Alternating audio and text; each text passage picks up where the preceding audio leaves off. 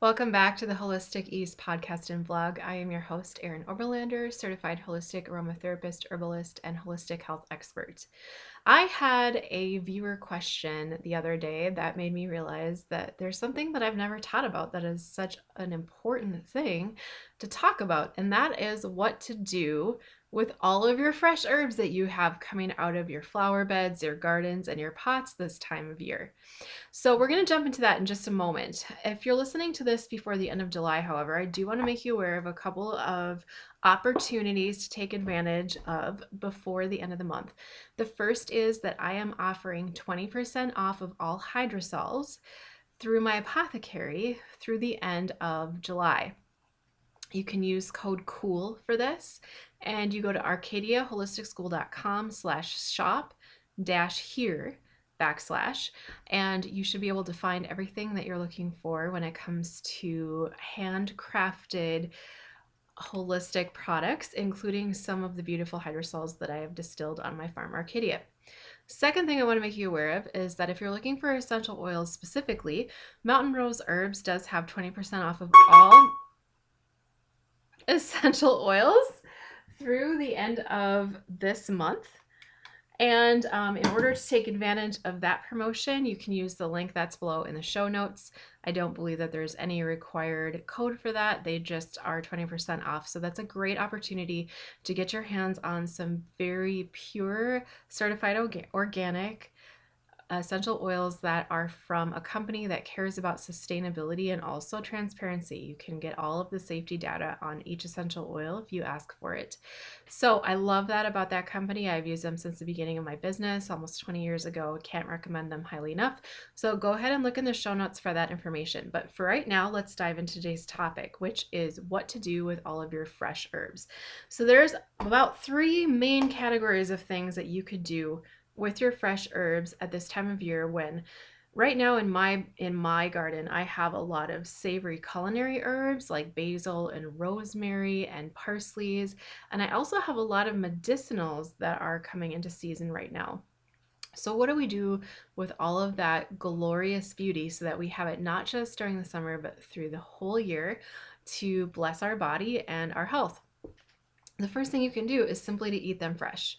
And there's so many different ways to do this. So one of the things that my husband and I absolutely love to do, as soon as the dill has the beautiful fronds on the sides of it, we will pick those off and we will just toss them in our green salads. And it is so wonderful, and it's also so great for you at this time of year when we have excess fire element in our body, that we can add in the cooling aspects of these culinary herbs like dill that have a lot of wood element, a lot of water element within them. Another one that I like to do that with is cilantro. And cilantro is tricky because it likes to bolt right away. So you do have to keep your eye on your cilantro, almost like you have to keep your eye on your zucchini. And with the cilantro, what I end up doing almost every day is going through the garden and picking off all of the forming flower heads so that the bush part of the cilantro, that's the leafy part, will continue to grow, because once that plant goes to seed, you're not really going to get very many leaves from that. And from that, I mean, there's the obvious things like putting it in different kinds of Mexican food, but I also love to throw cilantro in fresh salads. I just love that flavor, and cilantro and dill are both great blood purifiers, which is something that can be really helpful for our spleens during this time of year. Now, you probably also have some of those other culinary herbs like oregano, basil, rosemary. I'm trying to think of other ones. I grow a couple of others that that are great for putting in any kind of cooking that you're doing. So when you're doing your cooking this time of year, maybe you're making a roast, maybe you're making some kind of meat in the frying pan, chop a little bit of those herbs up and toss it in. And toss it in towards the end of cooking so that they're not completely cooked to death and they still have some of their good fresh properties to them, but that's a really simple way to incorporate them. You can also chop them up and put them in sandwiches. So if you're making an egg salad sandwich or a tuna fish sandwich, The other day, I actually made a huge batch of potato salad for my family while we were on vacation. And I put every herb I could find in my garden in that. I just grabbed handfuls of parsley and oregano and basil and dill and cilantro. And I chopped that, I washed it and I chopped it all up really finely. And then I tossed it into the salad. And everybody said how much they loved it. And they really loved that fresh flavor that kind of counteracts the earthiness of the potatoes. So lots of different ways to use them fresh. One final one that's a very big favorite of mine, but I can only do in years where I have a lot of basil, which doesn't always happen. So basil is another of those plants that you have to keep your eye on. It's going to want to put flowers on almost every day. So once you start to see that higher part of the basil coming out of the leaves, you want to go around and just pluck that off so that the basil grows more bushy and doesn't grow into flowers, because same thing, once it puts its energy into flowering and seeds, you're not going to see very many leaves left. So you can take those tops that you are pinching off, and you can actually toss them into things as well. They're perfectly edible. In fact, they're quite potent. But when you have a large amount of basil, and this year was a basil year for me, I have more basil than I've ever had before. I love to make a pesto with that and put it on pasta. So you're just gonna get a huge handful, like double handful of basil leaves. Bonus points if you have different varieties of basil and you put them together, because you are gonna get so much more of a complexity of flavor in your basil. And you're going to want to wash that, and then you're going to want to chop it up a little bit so that you can get it into a blender or a food processor. Then you're going to want to grab, 2 to 3 garlics. So with that, you're not going to take the whole bulb of garlic, but just each little individual bulb or whatever you call them, and take the skin off of those, and then you're going to throw those in your blender or your food processor, along with some olive oil, maybe about three quarters of a cup of lemon oil, a bunch of Parmesan cheese, probably up to a cup of Parmesan cheese, grated Parmesan. And then the traditional nut to use for this is pine nuts, which is not always something that I can get where I live. So you can substitute almost any other nut that you have on hand for that, except not peanuts. Peanuts is not going to give you the right flavor. Technically, peanuts are a legume and not a nut anyway. But we just recently used pecans, and that worked really well. I've used walnuts before. I've used almonds before. As long as it's a nut that doesn't have a real overpowering flavor of its own, it'll work great. And then you put all of that in the blender with some salt and pepper, and you blend it up. And you're going to have a paste, which is what a pesto is. And then you can add that to your fresh pasta that you have made. So make your pasta, drain it, and then put a bunch of that pesto in there and mix it up, and you have a beautiful dish that actually has a lot of nutrient density in it because of the garlic, because of the lemon juice, because of the different basils that you have in there. Lots of things to support your wellness in that dish, plus it is just scrumptious. So those are some ideas for using fresh herbs, right? But once we have an excess of herb, more than we can eat fresh, then we're going to be talking about how do we save this and have it through the fall and winter months when it's cold and we really want to have some of those fresh summery flavors. So the first thing that you can do is dry your herbs. The most important thing to know about this is that you need to do this in a place that does not have humidity, because you're going to have a tendency for mold to grow on things if it's too humid wherever you're drying your herbs. The old traditional way is to take a big bundle of herbs and tie them together with string and hang them from your rafters or from your cupboards or wherever you can find a place to hang. If it's real dry where you live, that can be a great way to do it. There's just additional processing that will come after that. Once it's dry, you're going to want to use your hands to pull all of the dried leaves off into a bowl where you can kind of crumble those dried leaves up more and then store them in glass jars where they'll stay dry. You don't want to leave them out hanging because they will get dusty, and that's kind of gross. I have found it difficult to get really great results with drying herbs in this way.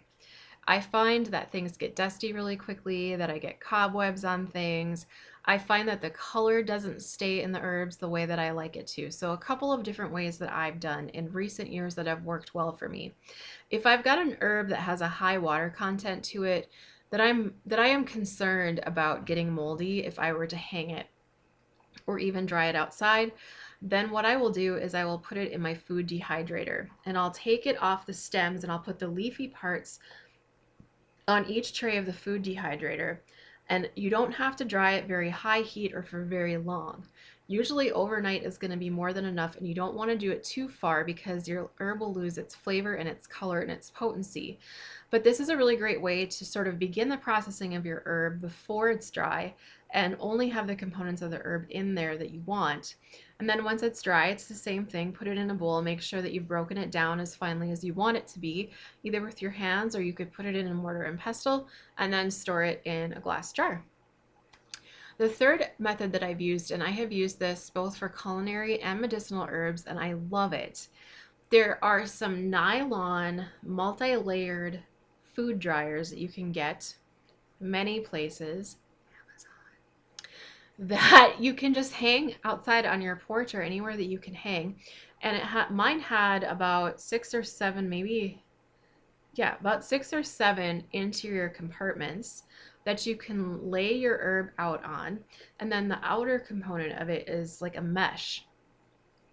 I love this because I love to see all my herbs hanging there, and because it is environmentally friendly and that you're using the sun and the breeze to get things dry. The drawback of it is that if you live on a dusty road like we do, you're going to be battling getting road dust in your herbs, which is not the result that you want. What I do like about this though is that you can be drying a lot of different types of herbs all at one time. And so like last year I had bachelor buttons, flowers in there, along with oregano, along with basil, along with dill, along with chamomile. And that was all happening without me really having to do much all at one time. Again, you want to make sure that you're checking and making sure that there's no tendency toward mold. And then at the same time, you also want to make sure that it's not getting overly dry or too much sun, because that will take the potency, the color, the nutrient density, the flavor out of the herb. I found this to work really great for me, and then once it is dry enough, I just swipe it out of its compartment into a bowl. And same thing with that. You just break it up with your fingers or with a mortar and pestle, and you get it into your glass jars. And then those glass jars can just be stored out of direct sunlight in a relatively not too hot, not too cool place that's not super humid. And I just put them in my pantry and close the door, and then I have a great store of dried herbs for over the winter. Now, sometimes you don't have a lot of space for dry storage, or you're saying to yourself, you know, I just want to keep these as fresh as possible, and I want to be able to measure out in advance a certain amount for myself for recipes that I make all the time. So this brings us to our third method for preserving herbs, and that is to freeze them. There's a couple of different ways that you can do this, but the one that I use, that I don't even do any other style of freezing, is to wash and then chop finely whatever herb that I want to preserve. And then I get the plastic ice cube trays. Just like if you don't have an ice cube maker, you know, and you have to make your own ice cubes like back in the old days, if you're like, can you even still buy those? Yeah, go to a thrift store. You can buy them for like 25 cents. So this doesn't have to be an expensive thing, plus you're keeping something out of the landfill. So you just chop your herbs, you're going to put them in your ice cube trays, and you're going to stick them in, and you're going to let them freeze overnight or maybe for up to 48 hours until that herb is real solidified into that ice cube shape. Now you can pre-measure into each ice cube shape. Okay, I want 1 tablespoon of basil or 2 tablespoons of oregano, because you know that you use that measurement a lot for maybe a pasta recipe or maybe a soup recipe that you make frequently for your family. And that is going to go into a hot dish, right? So this wouldn't be something that you would want to use for like making pizza, because you'd have to take that thing out and you'd have to thaw it, and then it might be too watery. Whereas if you're going to put in a soup, a stew, or something of that nature, even into you know, the crock pot or the Instapot, having it frozen is just fine. And it's actually, you're going to find that it preserves the color and the flavor really beautifully. So once they have frozen into the ice cube trays, you can take the ice cube tray out. You can pop your herb cubes out of the ice cube tray. Now, I should have said it depends on how much water content is in the plant that you're working with. Sometimes you're going to need to add a little bit of water to the ice cube tray just to hold everything together. And sometimes your herb will have so much inherent water in it that you won't need to do that at all. Either way, you can just put it in the ice cube tray or you can measure it out, whatever is going to work best for you. And then once it is completely frozen, take it out, pop those ice cubes out, and then you can put it into a longer term storage solution, because having in the ice cube trays with it just being open to the elements, so to speak, in your freezer is going to mean that it's going to get freezer burned and gross, and that's the last thing that you want to have happen to your beautiful herbs that you've put so much work into. So one of the things that I like to use are these reusable silicone sort of bags. You can get these a lot of places now, and then there'll be a slider that goes over the top. I like these because you can actually take a dry erase marker and you can write on them what this is and what the date or the month was or the year was that you preserved it. And you can get bigger ones than this. This just happens to be one that I had on hand. And then you're not adding more plastic into your landfill by using plastic freezer bags. But if that's what you happen to have on hand, those work great too. And then you can just take out the amount that you need for whatever dish that you're making all throughout the fall and winter. And it's so wonderful to be able to take advantage of those fresh herbs during that season. So if you're thinking to yourself, man, I love this kind of stuff, and I wish that I had more guidance about how to live a lifestyle close to the herbs or the essential oils or seasonal living, this is exactly what we do in one-on-one VIP coaching. And if that's something that you're curious about, you're like, I don't know if this is for me or not, go to my booking tool. I will put a link in the show notes here, bit.ly/discover with Erin, and book a free 15-minute discovery call with me to see if VIP would be something that would be a good fit for you at this time. Herbs are something that we spend a fair amount of time covering, and what's cool about VIP is that we can customize the curriculum to whatever your experience level is or what you want to learn. So if you want to take a deeper dive into herbs, we can do that together, and that is super, super fun. So thanks for joining me today. I always appreciate those 5-star reviews if you're listening on your podcast apps, and I will see you next time.